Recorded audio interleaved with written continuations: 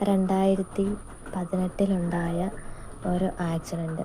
ആ ആക്സിഡൻറ്റിൽ വളരെ ഗുരുതരമായിട്ടുള്ള പരിക്കുകളോട് കൂടിയിട്ട് സീരിയസ് ആയിട്ട് ഹോസ്പിറ്റലിൽ അഡ്മിറ്റ് ആയപ്പോൾ, കോലഞ്ചേരി മെഡിക്കൽ കോളേജിൽ അഡ്മിറ്റ് ആയപ്പോഴാണ് എനിക്ക് ദൈവവിശ്വാസം ഉണ്ടാകുകയും ആ വിശ്വാസത്തിലേക്ക് ഞാൻ അറിയാതെ കടന്നു വരികയും ചെയ്യുന്നത്.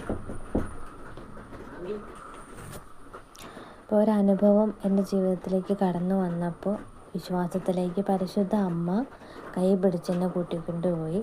ഒരക്രൈസ്തവയായ എനിക്ക് യേശു ആരാണെന്നോ അല്ലെങ്കിൽ പരിശുദ്ധ അമ്മ എന്താണെന്നോ ഒന്നും എനിക്കറിയത്തില്ല. പക്ഷേ ദൈവത്തിലേക്ക് കടന്നു വന്നപ്പോഴാണ് പരിശുദ്ധ അമ്മ കൈ പിടിക്കുകയും അങ്ങനെ ദൈവരാജ്യത്തിലേക്ക്, യേശുവിലേക്ക് കൂട്ടിക്കൊണ്ടു പോവുകയും ചെയ്തൊരനുഭവം എനിക്കുണ്ടായി. ഒരുപാട് പ്രാർത്ഥനാ ജീവിത രീതിയിലൂടെയാണ് അമ്മ കൊണ്ടുപോയത്. പക്ഷേ ആദ്യത്തെ കാലഘട്ടത്തിൽ ഒത്തിരി സഹനങ്ങളിലൂടെ, 1 വർഷത്തെ സഹനം ദൈവം തന്നു. ആ സഹനത്തിലൂടെ എനിക്ക് എന്നെ തന്നെ മാറ്റിയെടുക്കാനായിട്ട് പറ്റി. അതിലൂടെ തന്നെ എൻ്റെ കുറ്റങ്ങൾ, കുറവുകളൊക്കെ എനിക്ക് മനസ്സിലാക്കാനും അനുതപിച്ച് പാവങ്ങൾ ഏറ്റു പറയാനും തുടങ്ങി. അപ്പോൾ അങ്ങനെയാണ് ഞാൻ യേശുവുമായിട്ട് സംസാരിക്കാൻ തുടങ്ങുന്നത്. യേശുവുമായിട്ട് ഞാൻ സംസാരിച്ച് വളരെയധികം ഒരു ഫ്രണ്ട്ഷിപ്പ് ഉണ്ടാക്കിയെടുത്തു എന്നുള്ളതാണ്.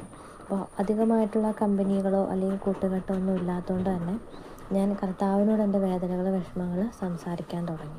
അപ്പോൾ അങ്ങനെ സംസാരിച്ച് എനിക്ക് ഒപ്പം ഒരാളുണ്ട്, അല്ലെങ്കിൽ എന്നെ കേൾക്കാൻ ഒരാളുണ്ട് എന്നൊരു വിശ്വാസം എനിക്കുണ്ടാവുകയും നേരെ തിരിച്ച് കർത്താവ് എന്നോട് സംസാരിക്കുന്നത് കേൾക്കാൻ എനിക്ക് സാധിക്കുന്നൊരനുഭവം എൻ്റെ ജീവിതത്തിൽ ഉണ്ടാകാൻ തുടങ്ങി.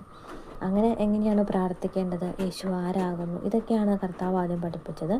പിന്നീട് പരിശുദ്ധ അമ്മയുടെ സാന്നിധ്യം ഞാൻ അനുഭവിക്കുന്നതിനേക്കാൾ കൂടുതൽ യേശുവിൻ്റെ സാന്നിധ്യവും ദൈവത്തിൻ്റെ കരുതലും സ്നേഹമായിരുന്നു അനുഭവിച്ചത്. കൂടുതലായിട്ടും ദൈവം സംസാരിക്കുന്നത് വചനത്തിലൂടെയായിരുന്നു. ഒരു കൃപ എന്ന് പറയുന്ന പോലെ, ഒരു കൃപാവരം എന്ന പോലെ വചനത്തിലൂടെ യേശുവിനോട് സംസാരിക്കുമായിരുന്നു. എന്ത് ചോദിച്ചാലും ഇപ്പോൾ ഡൗട്ട്, വചനം വായിക്കുമ്പോൾ ഒരു ഡൗട്ട് ചോദിച്ചു കഴിഞ്ഞാൽ ആ ഓൺ ദ സ്പോട്ടിൽ തന്നെ അത് ക്ലിയർ ചെയ്ത് ഈശോ എനിക്ക് തരുന്നത് എനിക്ക് കാണാൻ സാധിച്ചിട്ടുണ്ട്. അത് ശരിയാണെങ്കിൽ ശരിയെന്നും തെറ്റാണെങ്കിൽ തെറ്റാണ് എന്ന ഒരു ബോധ്യം പരിശുദ്ധാത്മാവ് എനിക്ക് തന്നിട്ടുണ്ടായിരുന്നു. അങ്ങനെ ഞാൻ മുന്നോട്ട് പോകും തോറും എൻ്റെ വിശ്വാസം ഇങ്ങനെ ആളിക്കത്തി വർദ്ധിച്ചുകൊണ്ടേയിരുന്നു.